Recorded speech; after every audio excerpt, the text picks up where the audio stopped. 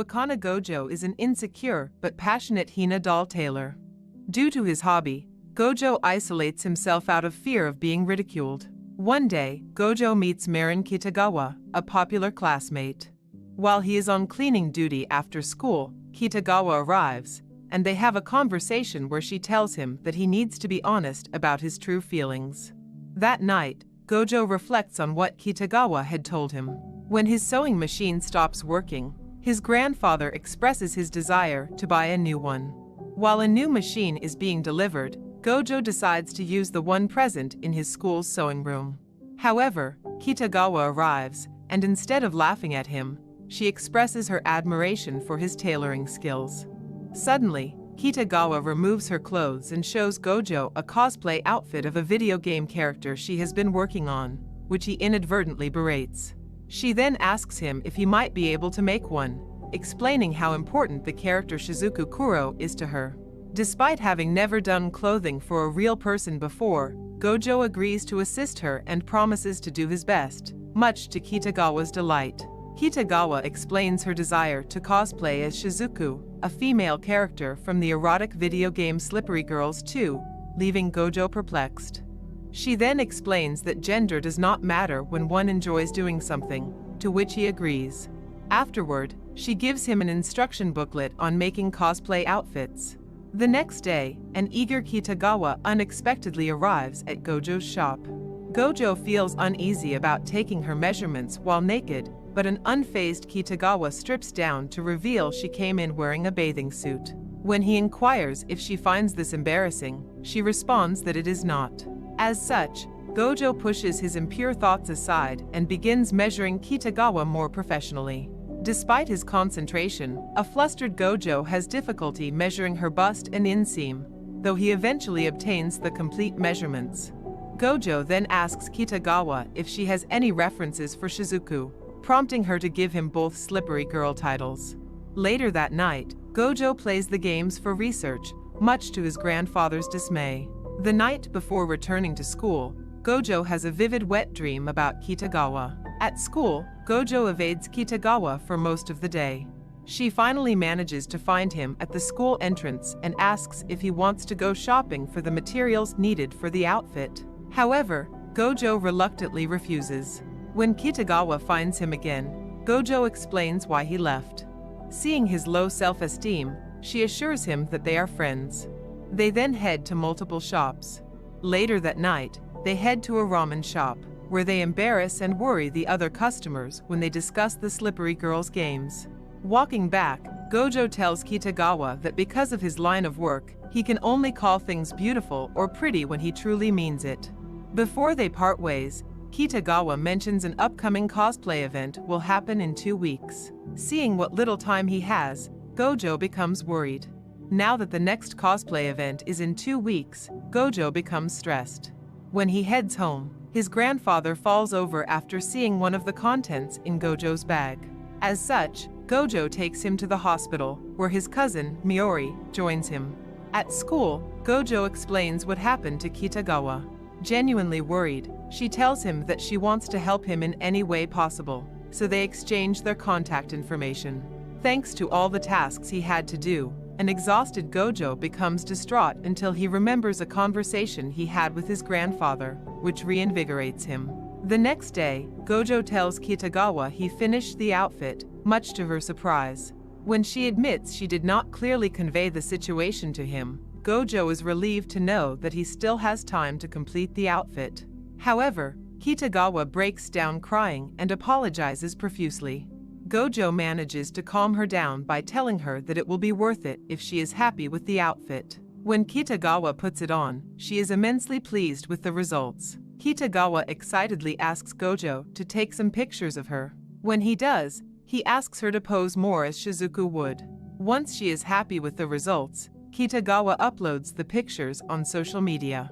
She then tells Gojo that they shall attend a cosplay event the following day. Kitagawa is incredibly excited when they arrive there, while Gojo is more restrained. Later, several attendees approach Kitagawa to take her picture. While he watches Kitagawa have fun, Gojo begins to wonder if this will be the last time they hang out together since he fulfilled his promise. When they reunite, She explains that her dress is becoming uncomfortable due to the intense heat, so they head inside to cool off and alleviate her stress. Feeling better, Kitagawa tells Gojo that they shall return to the plaza one last time before leaving. She meets with a lady who had asked her for a picture earlier. When they head home, Kitagawa asks Gojo what cosplay they should work on next, much to his relief. A drowsy Gojo then tells her she looks beautiful. Kitagawa is stunned as she remembers what Gojo previously said concerning this issue. Gojo's grandfather returns home, and he is shocked when he sees Gojo and Kitagawa hanging out together. Once they clear up the situation, Kitagawa realizes she has fallen in love with Gojo. Kitagawa reveals her family situation and questionable eating habits as they eat dinner. The next day, a young girl arrives at the shop during a downpour, and Gojo's grandfather invites her inside. Following an embarrassing first meeting and misunderstanding between them, Sejuna Inui eventually tells Gojo that she wants to commission a cosplay outfit, revealing that she is Juju, the cosplayer Kitagawa previously mentioned. When Kitagawa arrives, she is starstruck by Juju's presence. While they talk, Juju expresses her desire to cosplay as Cheyenne Nikaido, a character from the anime Flower Princess Blaze, who Kitagawa is also a fan of. When Juju asks Kitagawa why she does not want to cosplay as Cheyenne despite this, she responds that their physiques do not match. As such, Juju gains immense respect for Kitagawa as a cosplayer. Before she leaves, Juju asks Gojo for his contact information. She then realizes that Gojo and Kitagawa are not dating. Juju declines Kitagawa's proposal to do a group cosplay until Kitagawa and Gojo offer to split the studio fees. Gojo then decides to watch Flower Princess Blaze for research. Later that night, his grandfather praises his improvement and encourages him to practice his tailoring and makeup skills with Kitagawa. The next day, Gojo arrives at Kitagawa's apartment, only to find her disheveled. When she finally lets him in, she tells him they should watch the series together. As they do so, Kitagawa realizes she is having a home date with Gojo. Just then, her stomach grumbles, and he offers to buy something. However, Kitagawa insists on cooking a homemade meal. Despite not going as planned, Kitagawa is delighted when Gojo legitimately enjoys her omuris. Back home, Gojo calls Juju and sends her his detailed sketches. Juju is shocked to learn that Kitagawa's outfit was his first cosplay project. Before they hang up, she explains that her younger sister takes her pictures and agrees to meet at a restaurant. However, when Gojo and Kitagawa meet the shy and reserved Shinju Inui, they are blown away by her large size and voluptuous curves. Shinju shows Kitagawa the camera she uses to take Juju's pictures and begins explaining the different filters and settings. The group then visits the studio, located at an abandoned hospital. Inside, Shinju shows the benefits of backlit pictures to Kitagawa. Meanwhile, Gojo finds a scared Juju and they talk about their respective dreams. When she reveals why she chose him to make her cosplay outfit, Gojo recalls another conversation he had with his grandfather. As such, he joyously grabs Juju's hand, which causes her to pass out. After they finish their finals at school, Kitagawa invites Gojo to the beach. When they arrive there, a large sea hawk steals Kitagawa's burger. As they share the remaining burger, Kitagawa decides to enter the ocean.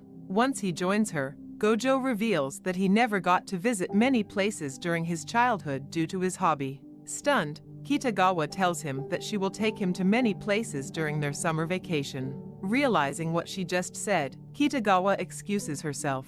While she is alone, she swoons about the situation before taking a picture of Gojo. Gojo and Kitagawa arrive from the store with the materials for the black lobelia outfit. Kitagawa then shows Gojo a swimsuit under her clothes and asks him if he thinks it is proper for the cosplay. An embarrassed Gojo eventually tells her that it is fine. Afterward, he is happy that Kitagawa can finally experience the joy of being helpful. Sometime later, Gojo presents Juju and Kitagawa with their completed outfits before he does Kitagawa's makeup with Juju's guidance. The girls head to the hospital, waiting for Gojo and Shinju. When they finally arrive, Shinju stuns the girls with a male cosplay outfit. In a flashback to the day they first visited the hospital, after Juju and Kitagawa went home, Shinju confirmed Gojo's suspicion that she actually wanted to cosplay as well. When he agreed to help her, she revealed she wanted to cosplay as Soma, a male character from Flower Princess Blaze. Once Gojo took Shinju to his shop, they learned about an item to deal with her chest called a beholder. They later had a conversation while working on Shinju's wig and makeup. Back in the present, everyone takes a group picture. In the hospital, Kitagawa and the Inui sisters have their photo shoot. Juju later thanks Gojo for helping Shinju realize her love of cosplay. Having finished, Juju and Shinju are at home, where Juju admits to Shinju that she is jealous of her for pulling off such a cosplay. She then happily admires some pictures where Gojo appears. Meanwhile, Gojo is talking with Kitagawa on the phone, and she gets jealous when Gojo tells her that Shinju was at his house. Sometime later, Kitagawa expresses her desire to cosplay as Veronica, a dark-skinned character, and they agree to get that effect digitally. However, Kitagawa appears at his house the next day with her skin completely darkened with foundation to match Veronica's skin color. After she bathes, she embarrasses him when she exposes herself to show him how to accomplish the outfit. Wanting to buy clothes for him, Kitagawa takes Gojo to the clothing store. Walking back, Gojo admits to Kitagawa that he cannot help her with the Veronica outfit. Shocked and concerned, she asks him why, and he nervously tells her that it is too revealing. Relieved, she teases him and agrees to choose her characters more carefully. Kitagawa invites Gojo to a manga cafe, but Gojo himself feels embarrassed while being alone with her. While killing time, Kitagawa recommends a manga titled Sukai DK to Gojo, and expresses her desire to cosplay as Liz the Succubus. However, she has doubts whether she can pull it off, but decides to do it after Gojo encourages her. Even so, he has a hard time designing the outfit due to the series' simple art style. Later, unbeknownst to Gojo, the studio Kitagawa booked the photoshoot turns out to be a love hotel. While reenacting some of the poses from the manga, Kitagawa ends up sitting on top of Gojo. After taking the picture, Gojo hears the couple in the adjacent room having sex. As such, he tries to get Kitagawa off him. However, he grabs her waist instead, accidentally making her moan and turn off the light when she drops the phone on the switch. Shocked, they stare at each other and nearly kiss. However, before they can go any further, they are called on the phone and told they have to leave. Back home, Gojo thinks about Kitagawa while he is alone in his room. In her apartment, while Gojo helps Kitagawa with her hair ribbons, he discovers that her father canceled her invitation to go to a summer festival, as she had not done her homework. She also reveals to him that she has been modeling for a magazine to save up for an expensive camera. When they decide to watch a horror movie, Gojo is nervous as he has not watched one before. However, by the end of it, he is analyzing the costumes, while Kitagawa is left scared. They then visit their school to retrieve Kitagawa's math drills, and Gojo saves Kitagawa from drowning when she slips into the pool. Having finished her homework, Kitagawa invites Gojo to the festival, and he is stunned by her look in a yukata, making her happy. They watch the fireworks together, and Gojo carries Kitagawa home, as she is left with bruised feet from walking on sandals. Back home, Kitagawa calls Gojo, telling him that she wants to hear his voice, as she is scared after watching another horror movie. During their talk, Gojo begins to fall asleep, and hearing that he has passed out, Kitagawa Subscribe to watch more videos like this. Turn on notifications.